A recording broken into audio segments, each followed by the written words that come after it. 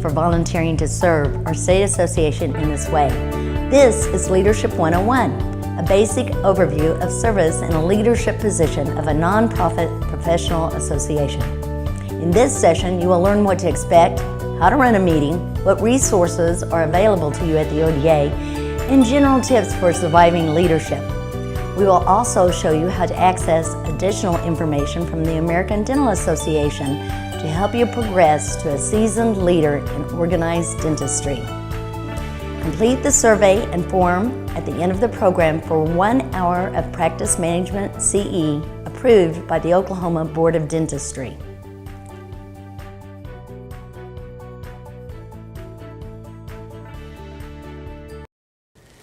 My goal today is to give you some tips on how to successfully navigate your new appointment to Organized Dentistry's councils.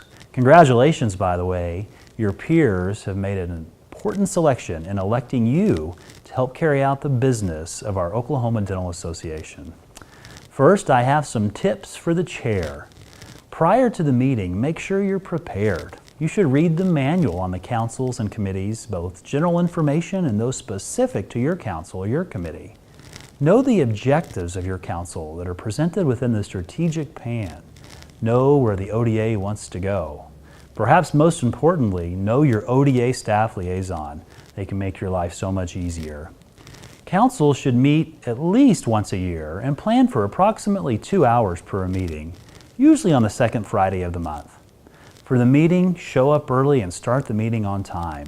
Agendas can really be helpful to keep your meeting moving along, and reports should be brief and focus on action items.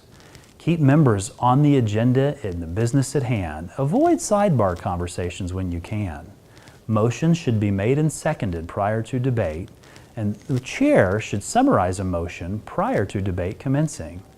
After debate, a vote should be taken. As the chair, you don't need to do it all. There's plenty of people on your council to help you, and the staff liaison can be a vast asset.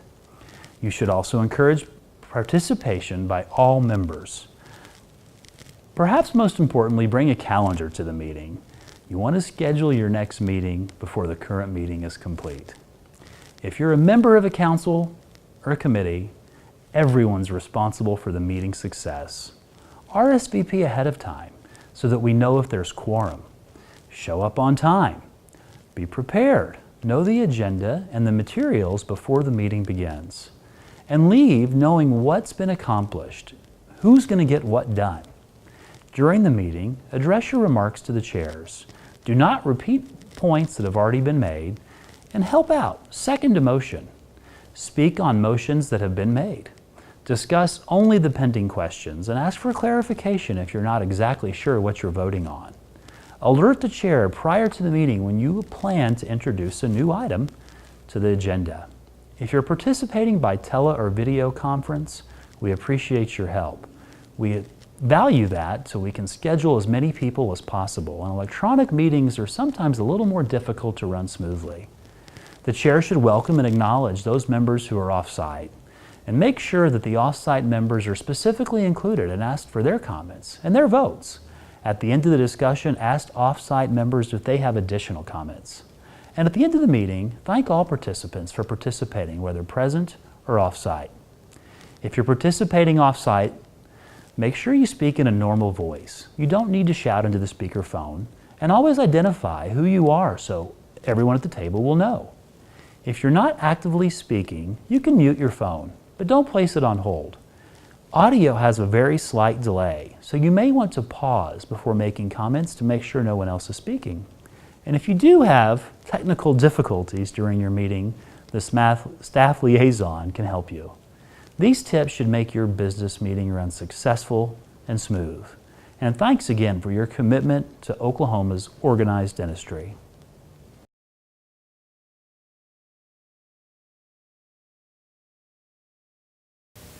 Paid staff is responsible for the administration of the association.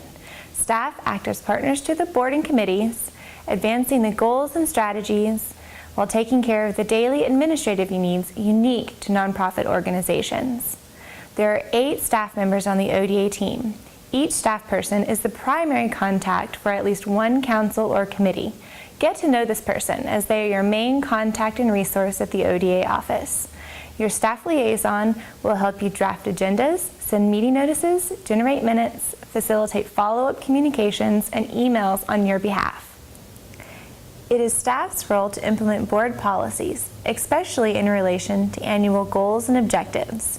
They also handle the day-to-day operations, provide guidance to the board and committee members on policy and direction, while helping ensure continuity in work done by the board and committee members. The executive director is the only employee hired by the Board of Trustees and who reports to the president.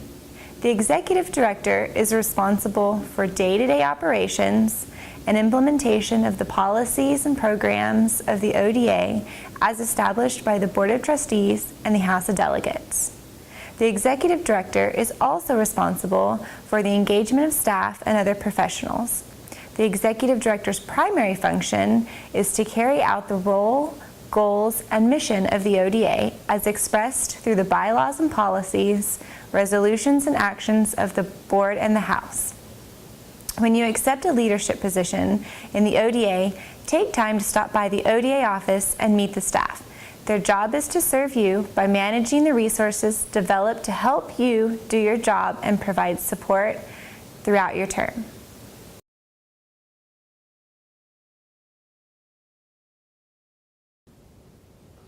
The Oklahoma Dental Association is not organized to and may not play any role in competitive decisions of its members or their employees, nor in any way restrict competition among members or potential members. Rather, it serves as a forum for free and open discussions of diverse opinions without in any way attempting to encourage or discourage any particular business practice. While recognizing the importance of the principles of competition served by the antitrust laws, the association also recognizes the severity of potential penalties that might be imposed not only on the association but its members as well in the event that certain conduct is found to violate the antitrust laws. Should the association or its members be involved in any violation of federal or state antitrust laws, the more severe federal violation can involve both civil and criminal penalties that may include imprisonment for up to 10 years, as well as fines up to $1 million for individuals and up to $100 million for the association plus attorney's fees. In addition, damage claims awarded to private parties in a civil suit are tripled for antitrust violations. Given the severity of such penalties, the Board of Trustees intends to take all necessary and proper measures to ensure that violations of the antitrust laws do not occur. In order to ensure that the association and its members comply with antitrust laws, the following principles will be observed.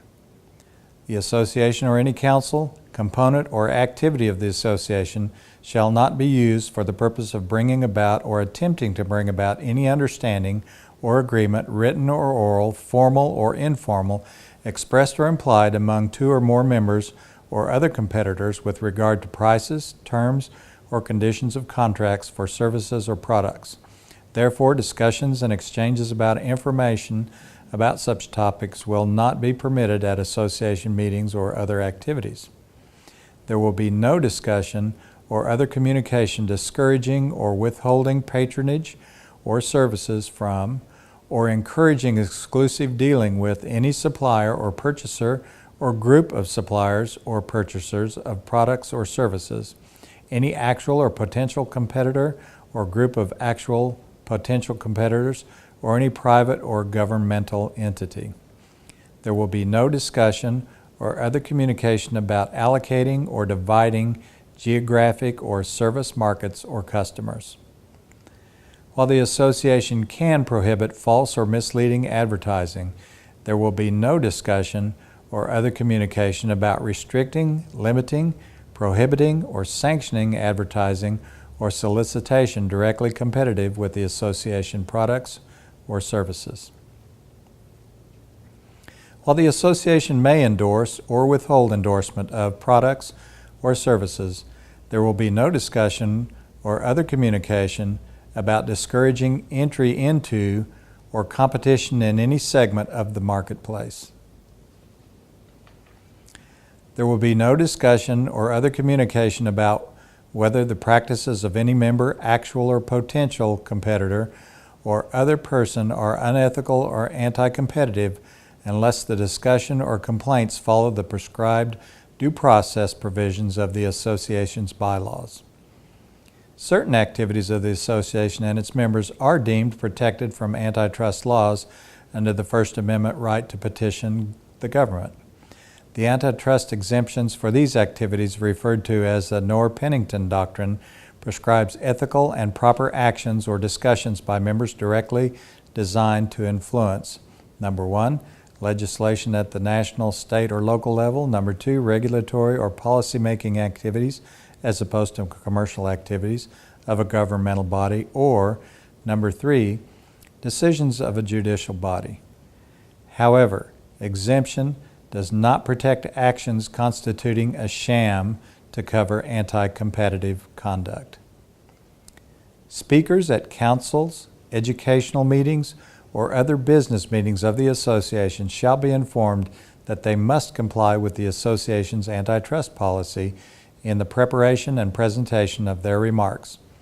Meetings will follow a written agenda approved in advance by the association and/or its legal counsel. Meetings will follow a written agenda. Minutes will be prepared after the meeting to provide a concise summary of important matters discussed and actions taken or conclusions reached. At informal discussions at the site of any association meeting, all participants are expected to observe the same standards of personal conduct as are required of the association in its compliance. Be sure to click the link below to access the ADA's Complete Guide to Antitrust Laws for Dentistry, a primer of do's, don'ts, and how-tos.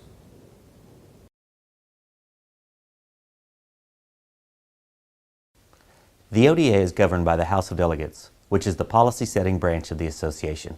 It is comprised of the members of the Board of Trustees, up to 4 elected officers from each of the 7 component dental societies, and each component elects 1 delegate for each 15 members within the component. Also, 1 third-year student delegate from the OU College of Dentistry, who is elected by the American Student Dental Association, shall also serve as a delegate. The House meets at least once annually to establish policies, elect officers and council members, and to adopt the annual budget. The Board of Trustees is the administrative branch of the association and is comprised of the Executive Committee, 4 delegates to the ADA elected by the membership, and 1 trustee elected by each component. The board meets at least twice a year and is vested with full power to conduct business, subject to the laws of Oklahoma, and to adopt rules to govern its actions. The Board of Trustees employs an executive director to manage the central office of the association. All board members are expected to adhere to the ADA principles of ethics and code of professional conduct. Be fiscally responsible by taking an active part in reviewing, approving, and monitoring the budget and fundraising to meet it. Govern the association with legal responsibility and oversee the implementation and policies and programs. Abide by the bylaws and policies of the association and accept responsibility for its overall financial health and well-being. Actively promote the ODA and encourage and support its staff. Trust every other board member to carry out the duties and responsibilities to the best of our abilities. Agree with the ODA's purpose to promote public health and health services, advance the art and science of dentistry, represent the interests of the members, and foster an awareness of the obligations and responsibilities of the dental profession to our society. The Executive Committee is comprised of the President-elect, Vice President, Secretary-Treasurer, Speaker of the House, and the immediate past President. This committee has the power to act for the full Board of Trustees in the interim between meetings of the Board and shall report such actions to the Board.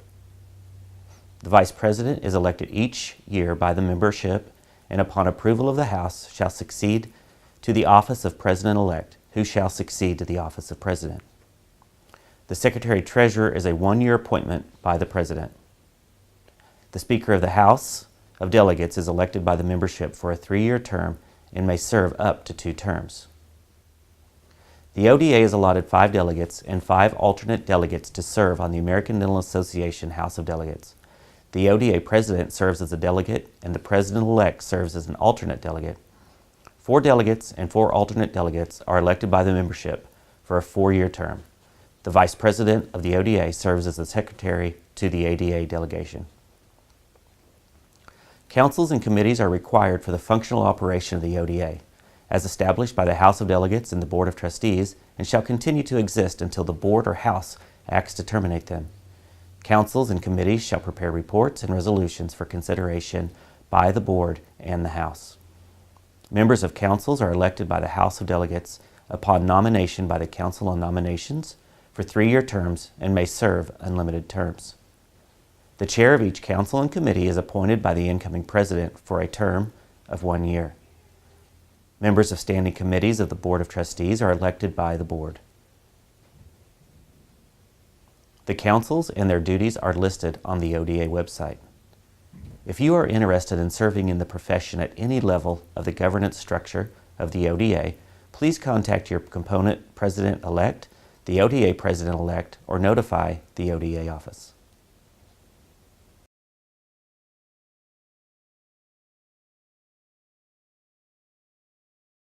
Every 3 years, the ODA conducts a call for volunteers to collaborate during a day-long facilitated strategic planning session. These member volunteers range from component officers and delegates to members of councils and committees, trustees on the ODA board, and representatives from allied organizations such as the ODF and the OU College of Dentistry. In June 2014, this committee first reviewed the previous 3-year strategic plan and determined the strategies that had been completed and those which the association should continue to focus. The group then identified goals for 2015 through 2018. ODA councils and committees were then charged over the next year to develop strategies and to allocate resources to attain the identified goals. Councils were further charged to identify those programs that have outlived their purpose or usefulness, or which the return on investment no longer warranted the cost or output of staff and volunteer time. The product, approved by the House of Delegates, is a very robust plan acutely focused on both the immediate and long-term welfare of our association. Please take time to read the current strategic plan. The 9 goals identified in this plan will guide your leadership and staff over the next 3 years. Invest a few minutes in knowing what direction your association is headed.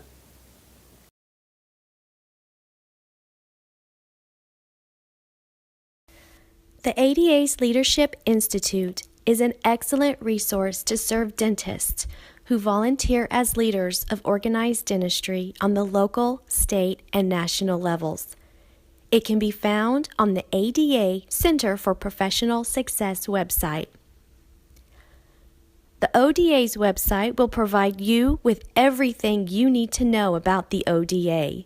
The calendar of meetings and events is updated weekly to keep you current on dental meetings and events in the state.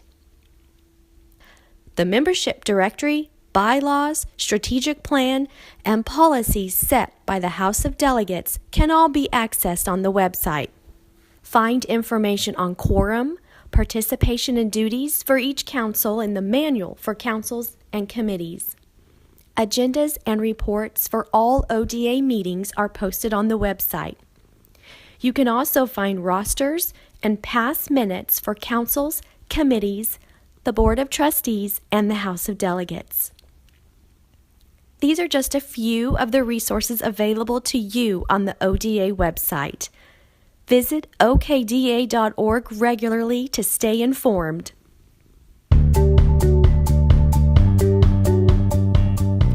Thank you for attending ODA's Leadership 101.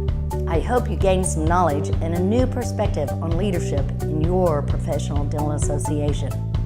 Please complete the survey to receive 1 hour of Practice Management CE.